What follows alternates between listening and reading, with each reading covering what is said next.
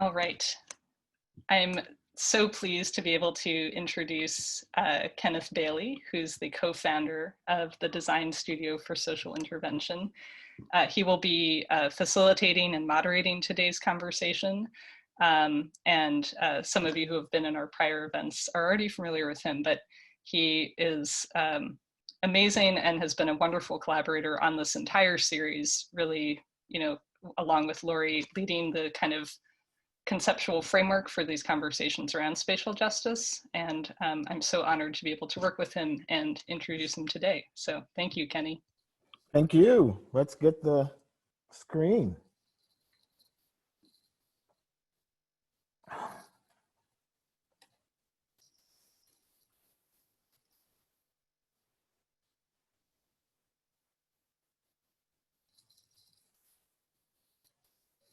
Welcome, everyone. We're back with our third and final installation of spatial justice, along with MAPC and NEFA. It's a framework we developed expressing our rights to be, thrive, express, and connect in space. Spatial justice is about the relationship between space, environment, place, habitat, territory, and social justice. The concept is that you can't have social justice without understanding how space is enmeshed in issues of justice and justice. And in order to achieve social justice, we have to understand how social justice and injustice are help shape space, and therefore sort of turn back and help shape us. We often think about social justice just amongst our bodies, and it's easy to sort of decouple a concept or a sense of justice from place and placemaking. And so spatial justice is really about marrying those two and understanding that without understanding the ways in which the physical world, the spatial world, territories, place are part of the landscape of social justice, we miss an aspect of that which we need to inspect, understand, and change. So thank you. I'm going to move to the next slide. One of the things we're really talking about here in this third installation of spatial justice is how to create welcoming public spaces. We're really interested in trying to create spaces for everyone in the city. And we've talked in our last two talks that we have hierarchies or we have divisions of public life. And for us, we think successful public spaces are spaces for everyone. As we see in the picture above of the Kite Festival, or even in this Black Lives Matter protest in Western Mass and Belchertown, that both of these uses that the space itself is affording multiple forms of engagement, from relaxation to protest. And the space itself, public space, affords us ways to understand ourselves as polities, as publics. Next slide.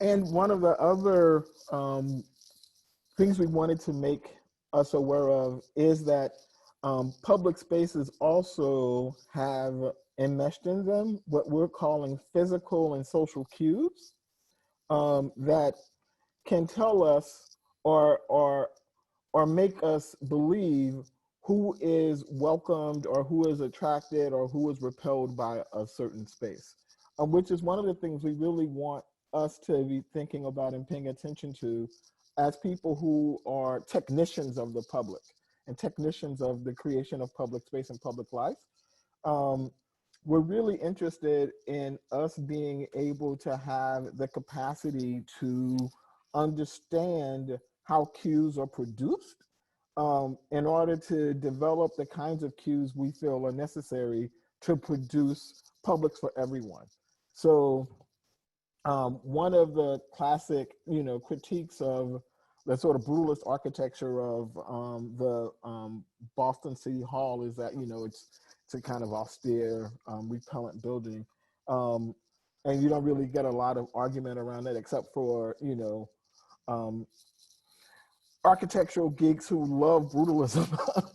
And then we have this attempt over here at public making and creating an opportunity for people to engage in public life at the same city hall. And one of the questions we want to ask here is, if you were to sort of look at the cues here, who is this space imagined for? Who is supposed to be attracted to this space? And you can just go ahead and type that in the chat.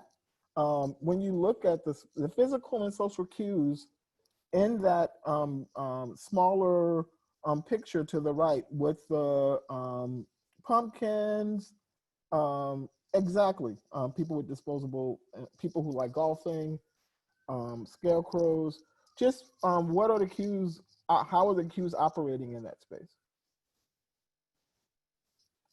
Let's hear it, let's get a few more.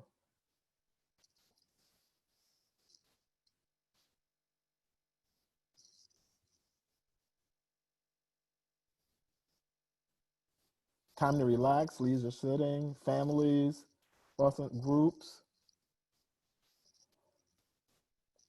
Thank you. We're going to do another exercise on the same line with some other cues next. Definitely not people with disabilities, boundaries on where you can go. Let's do the next slide.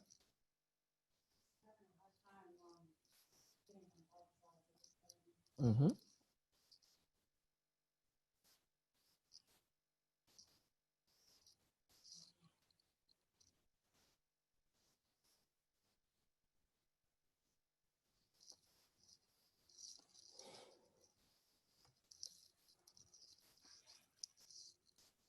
So we have one more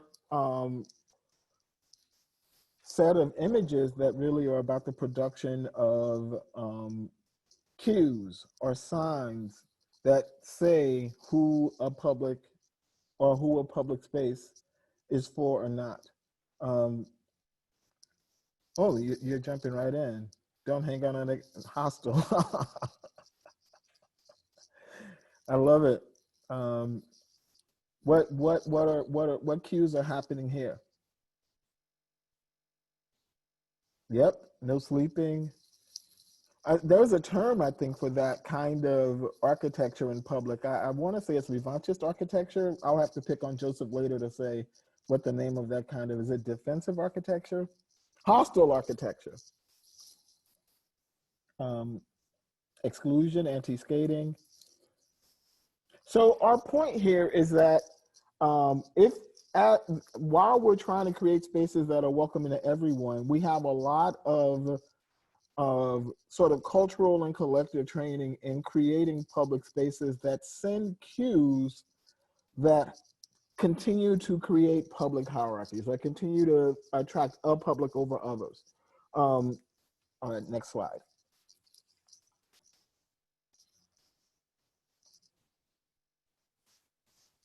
And forgive us for this. For some odd reason, our slides are being difficult, but so we're having to go out and back.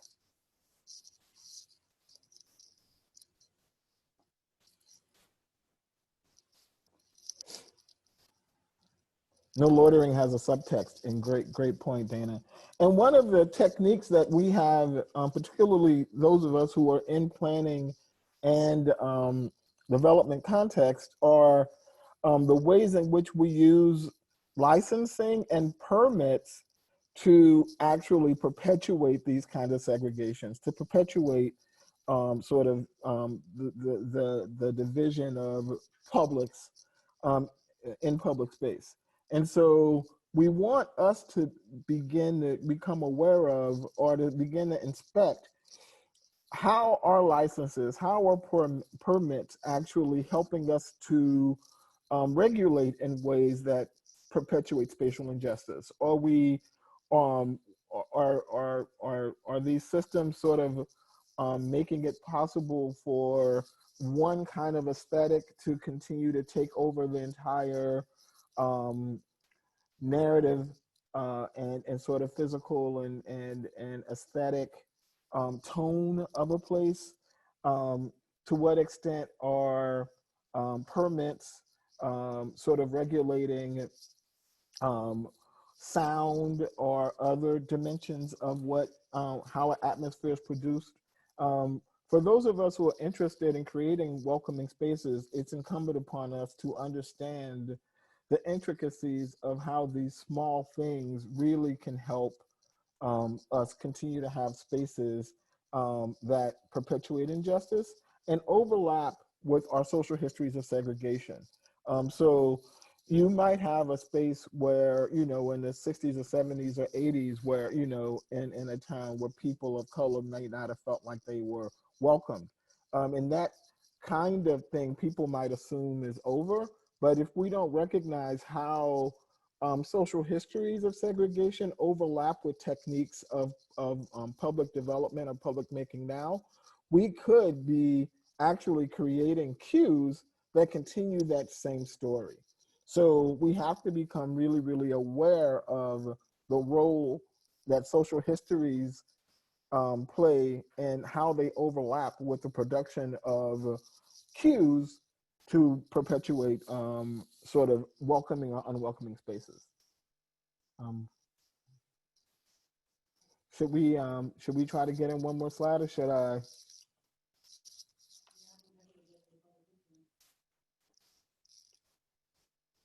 Let's just do this one, and then I'll open it up to our, yeah. So we're gonna end with this one. So how do we create a set of cues that invite everyone? That's really the question. And how do we recognize and build our capacity to understand when that there are cues that intentionally unwelcome everyone? How do we build our capacity? How do we build a kind of shared conversation or shared capacity around understanding how these cues operate? With both of these events, both of these were events we did at the studio. With this event on the left-hand side, we posed a question that said, we are the public, at an event called In Public. And one of the things we tried to do was really intentionally bring a cross-section of multiple worlds into a space to see each other and encounter each other. At the end of this night, we had a Black queer social practice collective create a large braid that you can see in the middle of this bridge, which is in the heart of downtown Boston, which sort of is a cross-section of multiple publics as it is. But we really tried to intentionally say, what would it be like if all of these publics actually could share these steps, which are very seldom sort of programmed in order to attract all the different kind of publics that cross, that overlap there. It's interesting, the braid is a powerful symbol, thank you.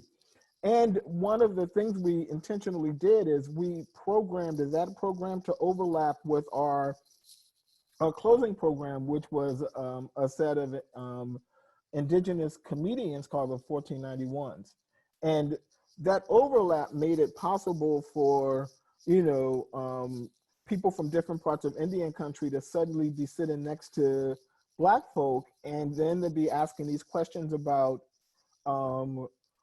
sort of the intimate lives of people in Indian country. And it got to be this sort of interesting space that most people don't get to experience in a way that's actually permitted. And so, but it took intention. And so one of the things we're saying is, if we want to create spaces where that send cues that say we actually can create spaces for everyone, it's going to require study and intention and creativity. And so with that, I want to turn it over to our two speakers. We're going to start off with Jessica. Jessica Vilas Novus currently serves as the director of the Lawrence Public Library. She is responsible for the planning and supervision of the operations of both branches in Lawrence, overseeing the development of library policies, programs, procedures, and managing the $1.6 million budget and staff of over 25. Jessica has focused her role on re-envisioning the library to be a community hub for the arts, culture, and lifelong learning. Jessica currently serves as the board president of the Lawrence-based youth development and social justice focused art nonprofit, Elevated Thought Incorporated. With that, I'm going to turn it over to Jessica, and then we're going to go to Joseph Kunkel, and I'll read his bio before he talks.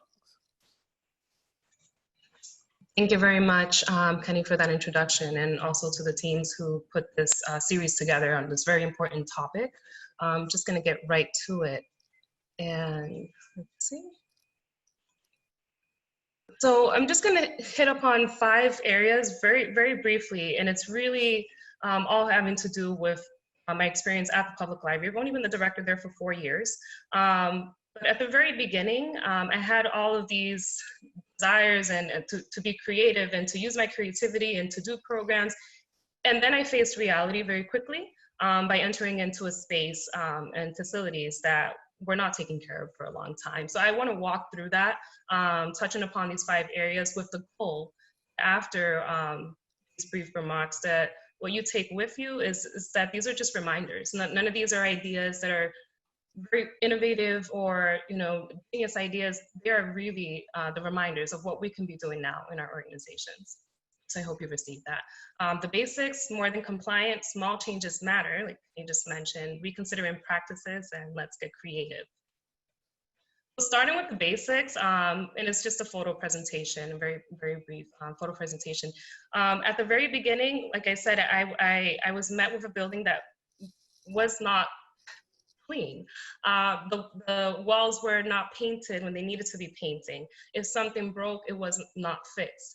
I mentioned this at the very beginning because like other areas of our lives, in order to get to those parts of our lives where we can really thrive, we gotta meet our basic needs. We have to be in a facility is also be seen in that space when we're trying to provide a space to the community that really serves the community and is a place where people can have dignity in that space. So it's just an image here of our children's room, my favorite space at the public library.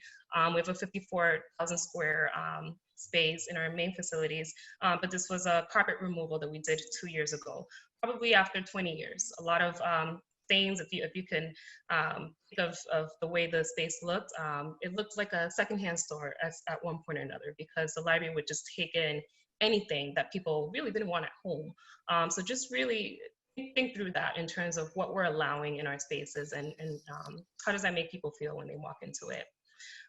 More than compliant, what I mean by this is when I've really considered our facilities and really trying to meet the needs of everyone, I realized very quickly that being ADA compliant is not the same thing as being ADA accessible. There were a lot of things in my municipal building that people did for quite a long time, including doors not having a button. I thought that was a simple thing to do, but it didn't exist for almost 45 years. Of people literally in a wheelchair could not have the door open for them. Our ADA accessible circulation desk you see here at the front desk, we used to have a very tall desk that just was not approachable. Why would you want to go up to that desk and get service when you felt intimidated by the height of the structure? So I really also want that to sit with all of us in thinking, are we just trying to check off boxes when we're trying to be compliant in our facilities, or are we going an extra step to really do a little more and really try to experience a space for everyone? And small changes matter. That's right, Kenny, right? At the smallest changes. I think one of the things that we started to do when we realized that some of the major changes needed were going to take a lot of funds, right, and some time to get those funds for those like bigger capital projects. So we started thinking of the stuff that was within our reach. What you see on the right, the top right, is a fence that used to be in our public library. I could not understand when I joined the library why the public library had a fence surrounding it. That to me was just not welcoming, and it absolutely was not welcoming to all of the youth that would find themselves after school in the area. So we took it down. It took me 2 years to have that taken down. But it finally, like the day it came down was, I felt like I could breathe because it just meant it's one more step towards the direction of saying, hey, everyone is welcome here, including the youth, including everyone that beforehand people would kind of label as being the rowdy ones, right? When we're talking about who can be loud in a space or who can really enjoy it and be free, I think that's what that fence symbolized before. And on the left side, we have what's now the teen corner, because from the existence of the building, so it was built in 1973, there was no teen space. We only had a children's room serving up to 6th grade. And then you had young people who were kind of wandering the building, and there was no space that felt safe for them or that was engaging them with programming or anything else, or just a space to be. So what we did, which was easy to do, is that we carved out a space in an area that used to be kind of an oversized and outdated reference collection. So there used to be shelves where those kids are sitting right there enjoying a nice coding tech camp. So just think through again in your own experiences, what can you do to make a quick change at the moment? It doesn't really require a lot of funding. And then I want to spend time on these, the last 2 areas with a lot more examples. And in terms of reconsidering our practices, one of the things that I don't think it has been mentioned so far in the series is the topic of surveillance. So I know in terms of our spaces, we really do tend to think about the layout, the actual physical space itself, the furnishings and signage, what have you, but the surveillance is really important to reconsider. And it's something that I'm going to have to work on for some time, because our public library is loaded with cameras, as many public libraries are, or public buildings. And what does that say when we continue to promote in all we do? The public library is a safe space. It's a place where you can just come and be free. Oh, by the way, you are on camera in every corner when you walk through this building. There's a contradiction there. But outside of surveillance, I think other practices that we should reconsider is the signage that we're placing around the building. Who does it speak to, right? What languages are the signs being made in? Even beyond that, and something that I think gets missed at times, because we all know how it goes. We post these notices on the wall, and I think if you leave it there for long enough, it becomes part of the wall. But when I walked into my space 4 years ago, I noticed a lot of signage that was not friendly. And it was a lot of the policies kind of made into these flyers to remind people of everything they could not do in the space. So really think about that. When you walk into a space, are the signs literally yelling at you, right? In the children's room, they used to say, you cannot walk. I mean, you cannot run, you cannot yell, you cannot do this, and you cannot do that. And I remember speaking with the children's librarian at the time and asking her, well, what can they do? Can we just change really what the messaging is here by not allowing kind of negative focus policy or signage on the walls to really take over and almost become an invisible authority figure that people are met with when they read a sign that makes them feel like they can't breathe in that area, right? And then moving forward to the last piece, which is to me the most exciting piece, and why I wanted to work at the library with all of the opportunities and you know, just the open canvas that I had, is a time to get creative. When we feel that we really have addressed those basic needs, and we have a building that's set up to really serve people with not just borrowed equipment or secondhand equipment, new equipment, right, and things like that, I think we then have the opportunity do a little more, the fun stuff, right? But also just getting creative. So this is my last slide, and I do want to go ahead and share three points here. The first being, and I know this was mentioned before, is the idea of multi-use spaces. I think it's so important and something that we can do pretty well as a public library that has an auditorium. If you do have this in your organization, reconsidering what the space looks like and almost giving it a playing field so that it can be reused over and over again for different groups. You'll see examples here of people doing a fitness class. This is a fitness camp that we offered as part of our health literacy initiative. You'll see kids on the bottom left that are enjoying a visit. Basically, it's like bringing the zoo to the library in the summer. So these kids are enjoying looking at different animals. And a lot of that has to do with access, because what we do is increasing access. And one of our core values is equitable access. So we really think through what type of programming and experiences people can have in the public library that they might not have the funds for to experience elsewhere, let's say in the big city. So the other two examples that kind of speak to that is the art gallery that you see there as well. That is a new art gallery that we launched 3 years ago, I believe.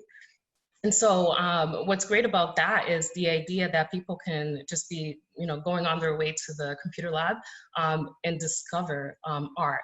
Local artists as well. So it's kind of twofold. We're supporting the local artists so that they can get the work highlighted and appreciated and bought, because we do put information for people to contact them to buy the pieces.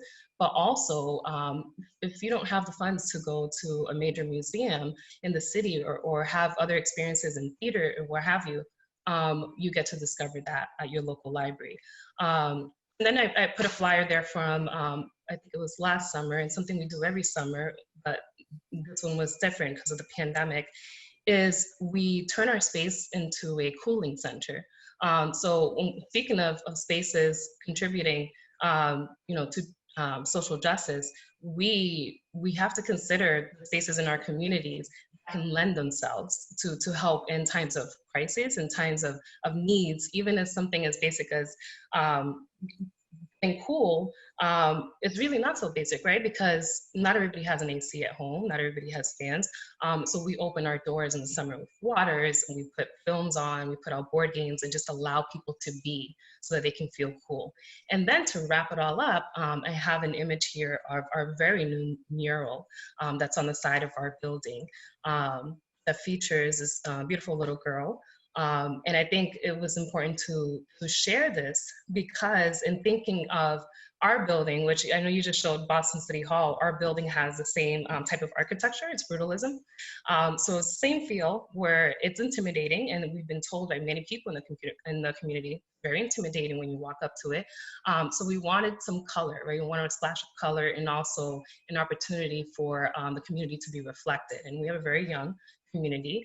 And so that was possible after many challenges, many that we had to face with the local historic commissions and other people in the community that maybe didn't see it the way we did in terms of balance between preserving history and who was here before and who's here now. So that concludes my slides and the 5 points that I really wanted to touch upon, and I really do look forward to the Q&A, so you can ask me anything and I can expand on any of these ideas.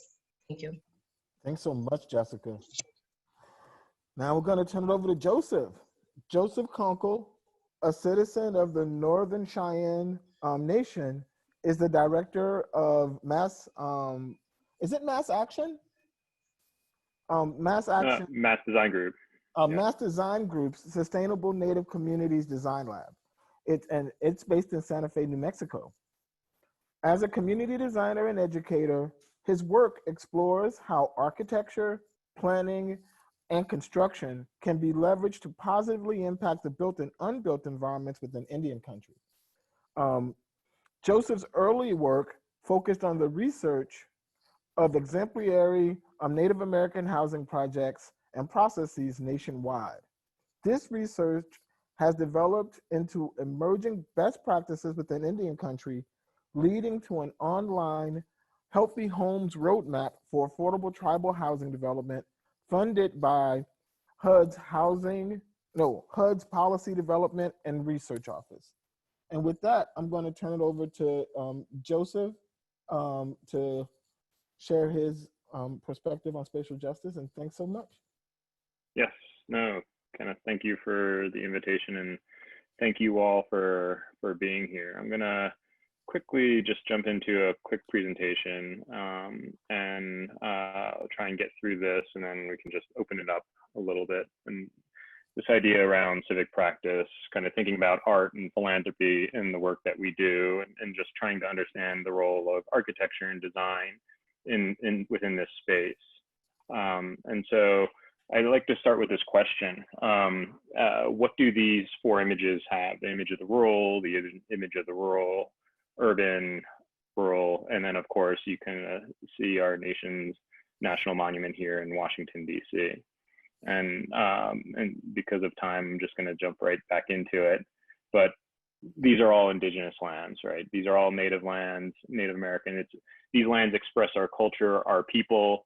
It also expresses how we currently live. This is a typical image of HUD housing, or the Department of Housing, or quote unquote HUD housing. What we see in terms of Indian country that doesn't necessarily reflect culture, community, or place. It's placeless. This is Indian country as I see it, the kind of home of the Lenape Indians, among many other tribes that have called Manhattan Island home for since time immemorial. Our nation's capital, the home of the Piscataway people, who aren't a federally recognized tribe. This is also Indian country. And of course, Boston. And thank you, Emma, for giving the land acknowledgement prior to opening up this conversation. Home of the Wampanoag, among many other tribal communities that have called this home for time immemorial. And so I just open that because this acknowledgement doesn't necessarily only acknowledge people, but it also kind of acknowledges that these are native lands. It acknowledges our histories. It acknowledges the atrocities that have been done to native peoples. It acknowledges our connection to our lands, to this nation. And so I kind of frame this context of why are we here? Why are you here? Why am I here? The work that we have been doing, architecture is never neutral. It either heals or hurts. Our mission is to research, build, and advocate for an architecture that promotes justice and human dignity. And historically, architecture in the built environment has hurt our indigenous populations, whether it's housing, clinical work, or hospitals, education. And so this idea around space has historically hurt and our cultures, our practices. And so how can we reframe that and really think about ways in which architecture can heal, how these spaces, how the nuances of space can actually be a framework for healing. And I think from my perspective, the work that I've kind of spent on the past 10 years has been kind of started from housing, but now it's kind of ballooning into public spaces, non-native spaces, or what is now non-native spaces, but just trying to understand how can we move that forward. So really quickly, 33% of Indian country lives in poverty versus the 12.5%, which is our national average. On an immediate day, 90,000 are homeless. There's an immediate need of 200,000 units of housing in Indian country. And this is the number we get to work with through our Indian Housing Block Grant, $650 million plus or minus, compared to the previous year, which is around 74 million. There, just to acknowledge there, and if we were to kind of think of inflation, it would be around 900 million. We have about, we do have 574 federally recognized tribes. Divide that money up evenly between tribes. That's not how we allocate our Indian Housing Block Grant. But if we were, it'd be about $1.15 million per tribe per year. That equates to about 3 homes per year per tribe. Multiply that out by the amount of dollars we get per year. Take about 117 years to build 200,000 units of housing, which is not acceptable. And so how can we start to really reframe how we are thinking about our housing? How are we thinking about our Indian country? How are we thinking about cultivating and thinking and understanding what can architecture, what can design, what can planning actually be doing to kind of lift up the issues that Indian country is facing? Because if we don't, this is inevitably what we will continue to get, housing that doesn't reflect the community, culture, or places in which we're building. And so how are we contextualizing these spaces? Because if we don't, again, it goes back to this idea, it becomes placeless.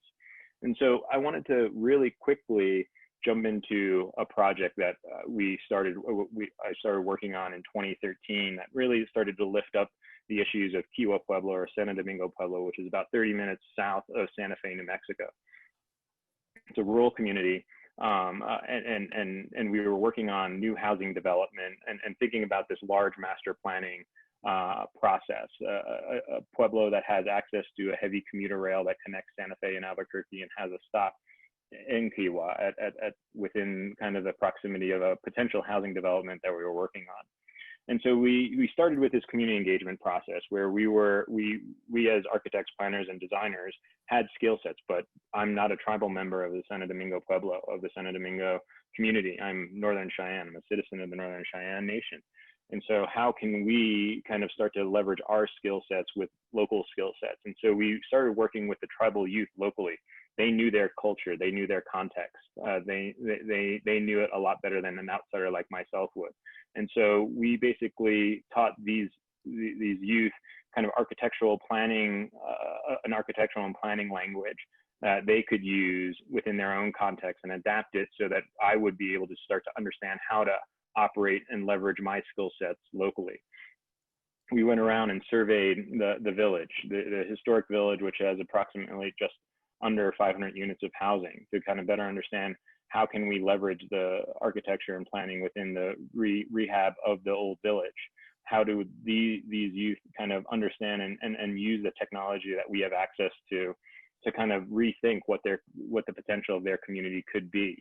And so we basically assessed all the units and got a better sense of, and so we were assessing units that were condemned, assessing units that were in good, fair, and poor condition. And then we also started to assess, so what you see here, the blue line is the National Historic boundary, places of significant historic, which the National Park Services kind of places on historic areas that are designated historic.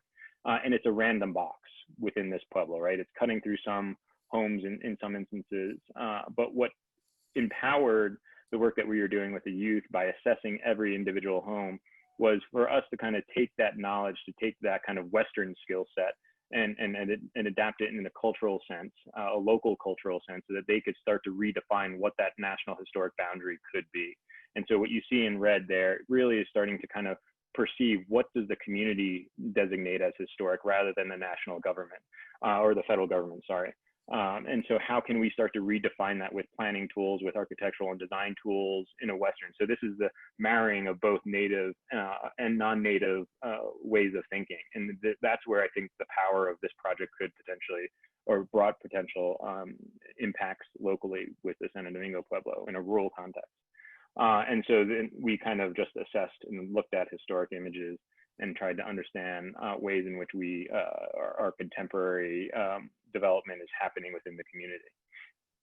And these are just images of housing units that are in good, fair, poor condition, and really empowering the local community and the housing authority to basically be doing the work that they're doing. This ballooned into a much larger project that not only kind of focused on the rehab of the historic village, but the potential to think really generally and clearly what could future housing be for the Santo Domingo community. And so how are we then scaling this with tribal communities across the country? And that becomes a much larger question about how can we bring Western thought with kind of Indigenous thought and marry the two. Of course, I mean, you think about my education, I'm trained as an architect, planner, and designer, and that's basically based in a Beaux-Arts mentality, right? A Beaux-Arts Western European mentality. It's the basis of my design education, but it's not for nothing. There's ways in which we can marry and start to meld that with Indigenous ways of thinking. And so my question is like, so again, why are we here? Why am I here? It's because of our tribal youth, and how are we kind of bringing up our tribal youth to kind of be thinking in these contexts of how they can afford opportunities and create opportunities for the future generations, thinking about the next 3 generations that are to come, and ensuring that these ways of thinking about space, thinking about planning, are much past my generation. It's much past their generation. It's really thinking into the future, but then also reflecting on the past, on our elders, and building this work from our elders. And so I just kind of leave you with that question of just thinking of why you're here, why I'm here, and thank you for that. That's a lot of information in a very short period of time, but Kenneth said I had 10 minutes. It's true. So, thank you so much. Yes. So we wanted to, before we break out into small groups, we thought we would get some questions for our panelists in the chat, and look at some questions first, and have about 10-15 minutes to talk before we go to small groups. So if you have a question, throw it in the chat.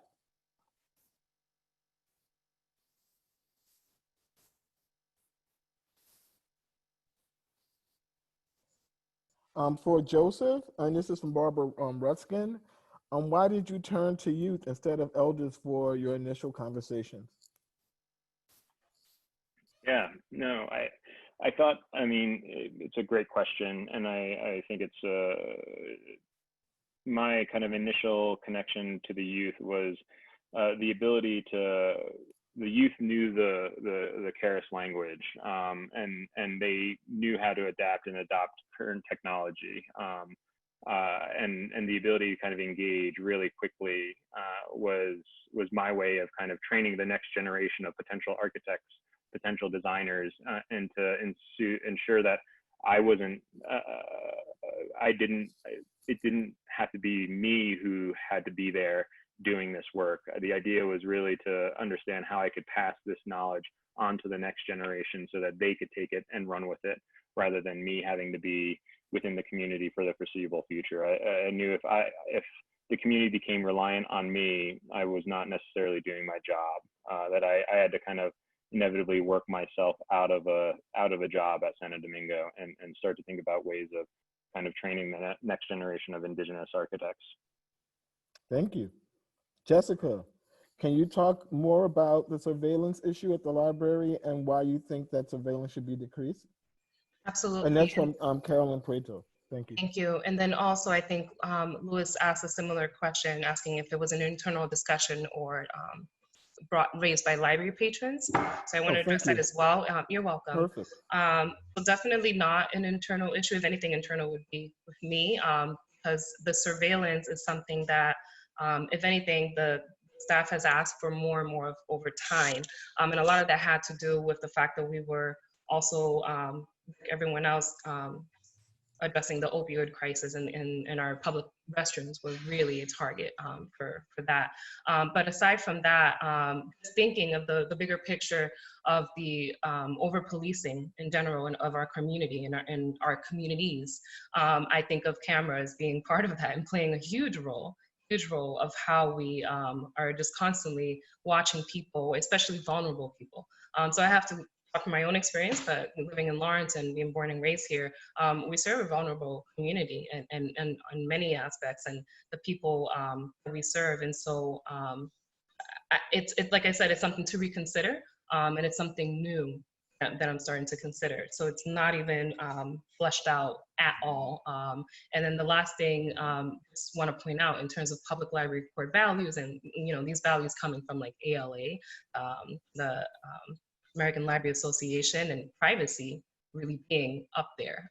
So really thinking about how, again, it really contradicts to have so many cameras just shining on people as they walk through a space, and then saying, oh, we value your privacy. Another one for you, Jessica.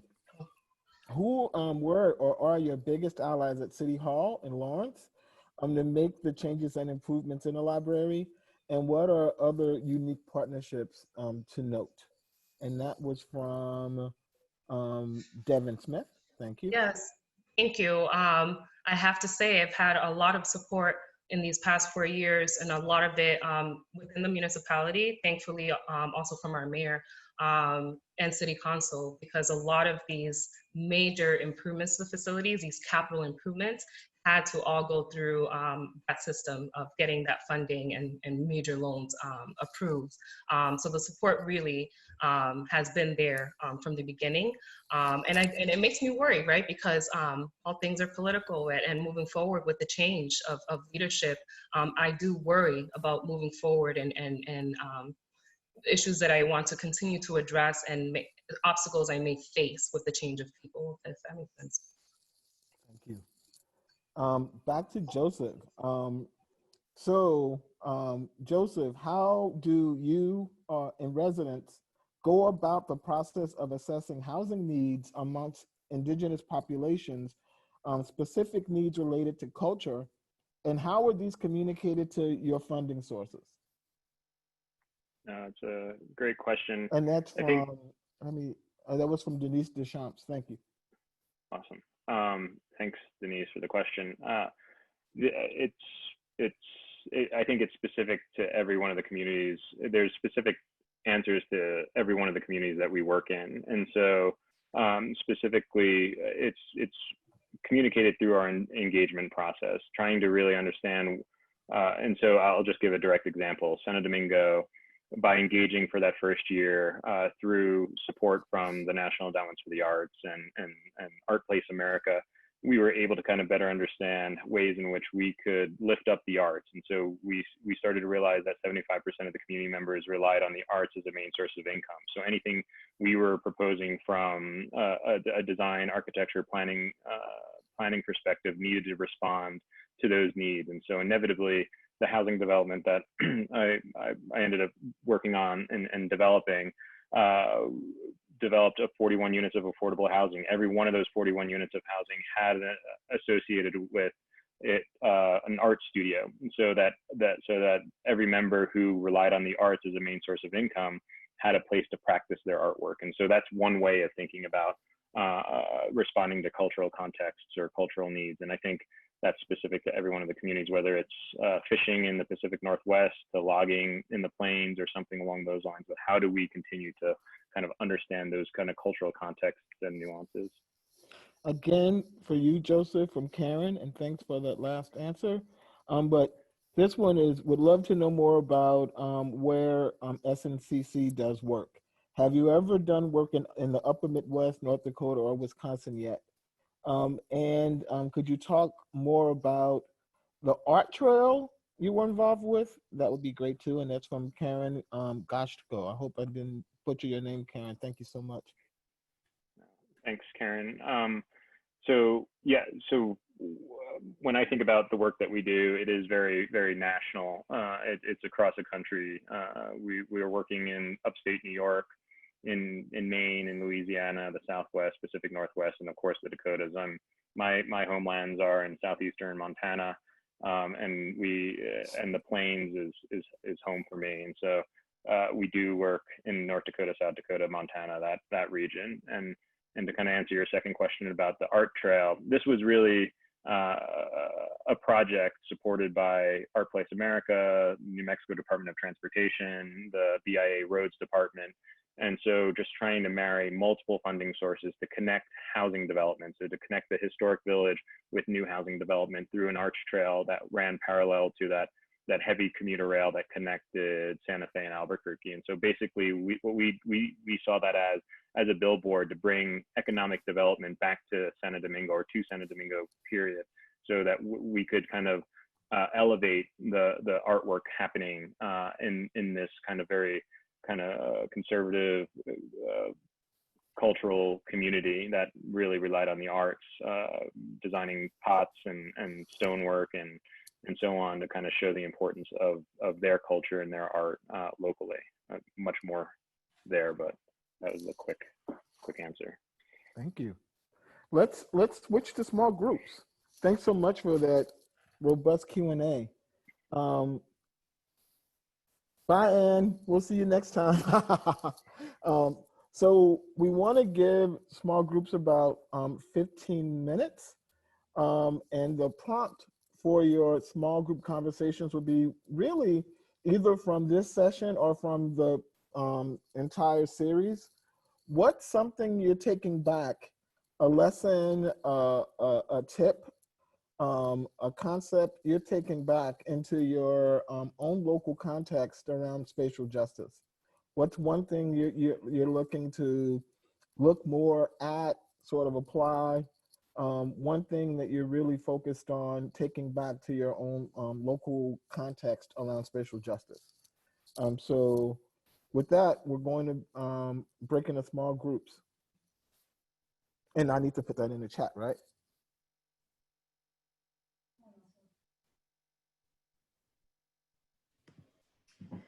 Hi folks, I'm about to open the small groups for everyone. If you would like closed captioning, please message me or stay in the main room.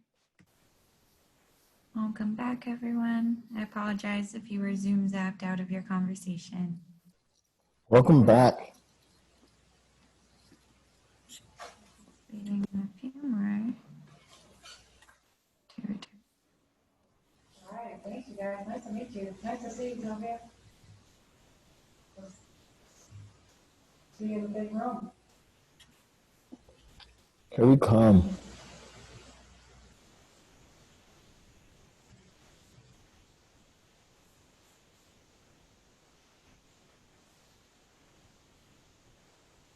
Welcome back, everyone.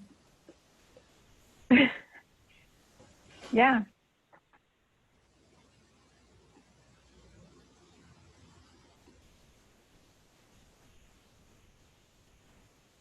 Here we come.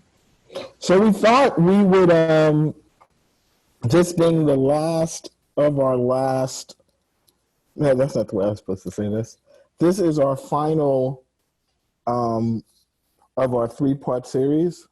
And so we're closing the big close. That was the way I was supposed to say it. And so we thought we'd hear some comments or observations from those of you who've been along for the entire ride, who might want to say something about what the entire ride has been like, all 3. So it's open for our special folk who've been with us for the entire ride. Anyone want to write in the chat some observations that you have about the entire arc?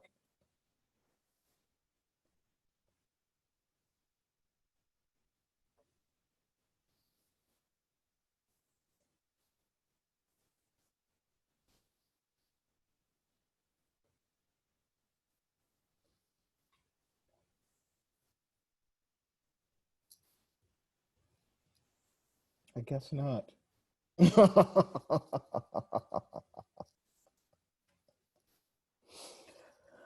Oh, Lewis, yes, I love how week 1 focused on the concept of virtual space as common space.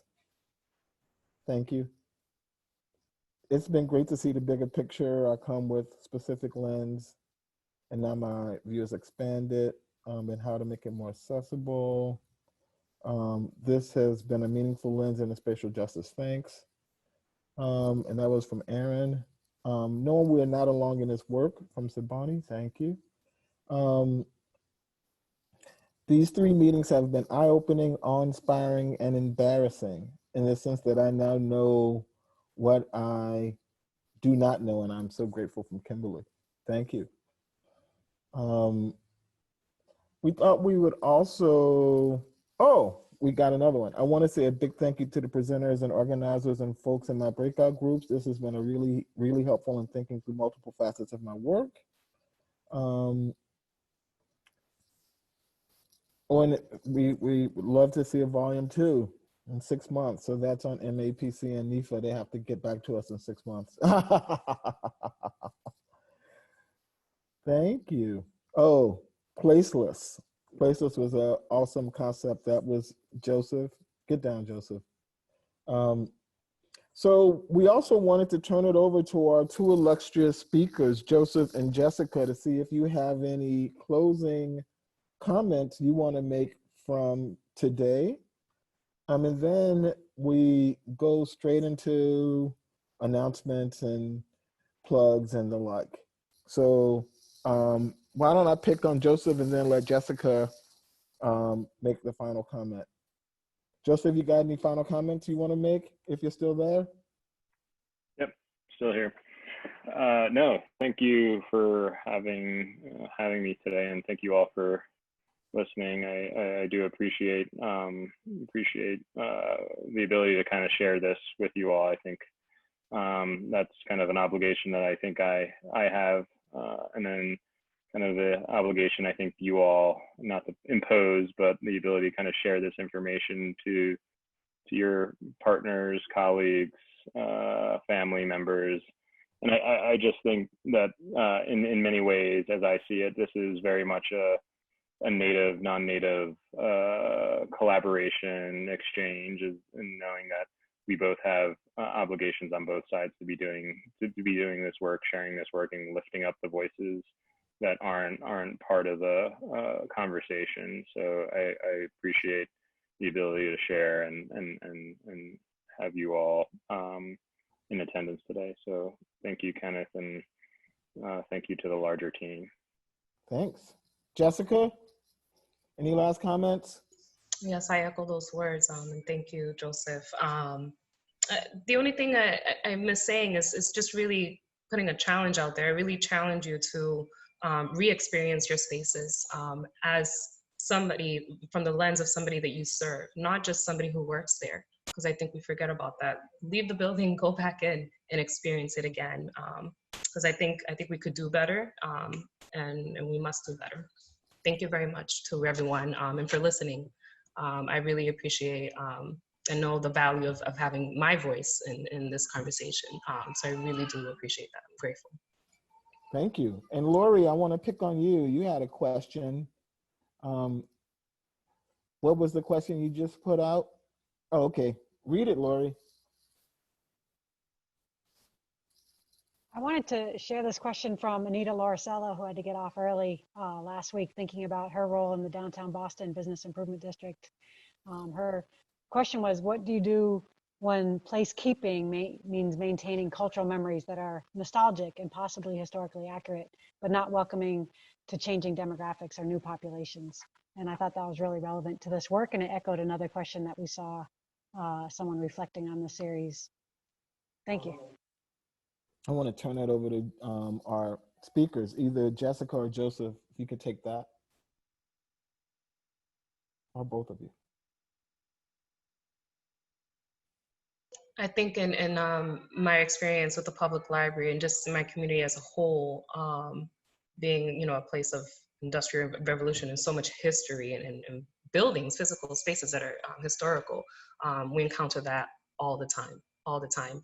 So as I mentioned before, it's really figuring out the middle ground and the balance of preserving and keeping those memories and cultural memories alive, but also continuously welcoming the new, because we have new waves of people in different groups joining our community, and they are very much a part of the community today than the people who were there 100 years ago. So it's a tough tug of war that's happening all the time that I've experienced, and I see it. But I really hope that we can do that well, and that some of us, continue to speak up for it, so that we just don't focus on the nostalgia, and that's it. We have to continue to move forward as well, and give space to who's here. Yeah, and this concept of placekeeping is very evident, especially with the kind of terms of creative placemaking and so on and so forth. But this idea around maintaining a nostalgic is something that I think I deal with a lot. And the analogy that I use is that a lot of our indigenous languages are non-written languages, right? So they're oral. We pass down oral traditions. We pass down traditions orally, and inevitably, through the adaptation over time, language changes. Those oral languages change over time, and they're acceptable. And so over time, I think the ability for space and place to change is just inevitable. And so how do we, kind of building on Jessica's words, like accepting new change and accepting ways in which we can welcome others into the conversation, I think is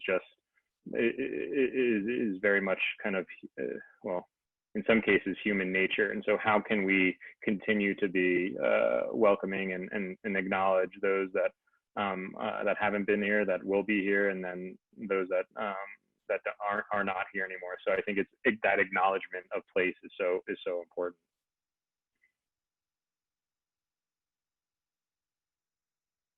Thanks. And we're gonna miss the other remaining questions. I'm so sorry, Barbara, and I'm sorry, Louis. But I have to turn it back to Emma to start the closing of the close and all of our announcements. Thank you, Kenneth, and thank you again to all of you who've shared in the chat today and asked questions. This was such a robust discussion. And of course, thank you to Jessica and Joseph for fantastic presentations that I think really spoke specifically to a lot of what we've talked about in prior events in this series as well. And as we've mentioned, we will sort of synthesize and compile some of the ideas and thoughts you all have shared in the chat and share those out again in a follow-up email.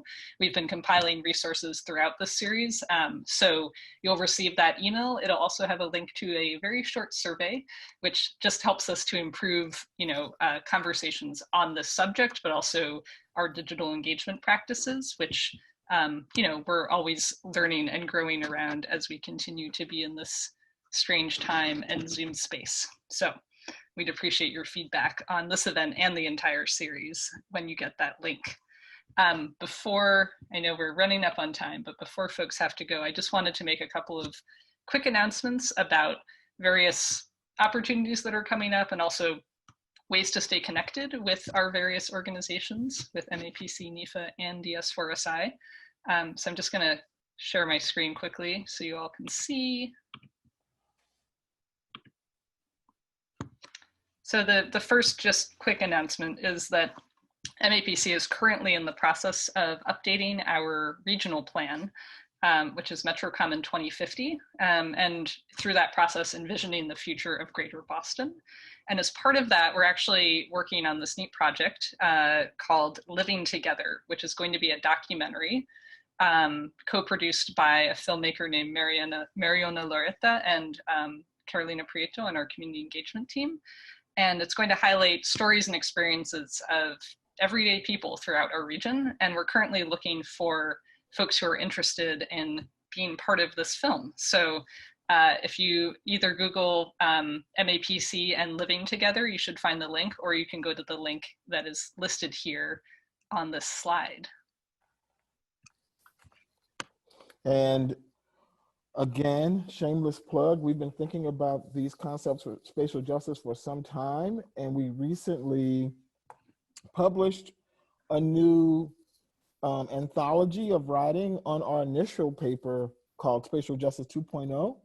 So if you're really excited about these ideas around spatial justice, this covers some of the ideas we covered in our first paper and has a series of other articles that are reflections on the framework we laid out in the first paper, and it's really good. So download it, read it, send it to your friends, put it on Twitter and Zoom, and send it out into the world, Spatial Justice 2.0. I want to share a little bit about a couple grants coming out related to spatial justice. Kim Zito has been a big part of this partnership over the last 3 weeks, and she is on vacation this week. So I'm going to be Kim Zito for a minute. The New England Foundation for the Arts has 2 small spatial justice grants for artists. One is called Collective Imagination for Spatial Justice, and one is called Spatial Justice and Public Art, or something like that. There we are, Public Art for Spatial Justice. They are grants to actually fund you to spend time thinking about spatial justice and imagining what spatial justice could be like, and then also to partner with folks and create public art for spatial justice. The next set of deadlines, I believe, will be September 21st. So definitely check out that link, and we can put it in the chat as well. If you want to apply yourself or spread the word, let other folks know.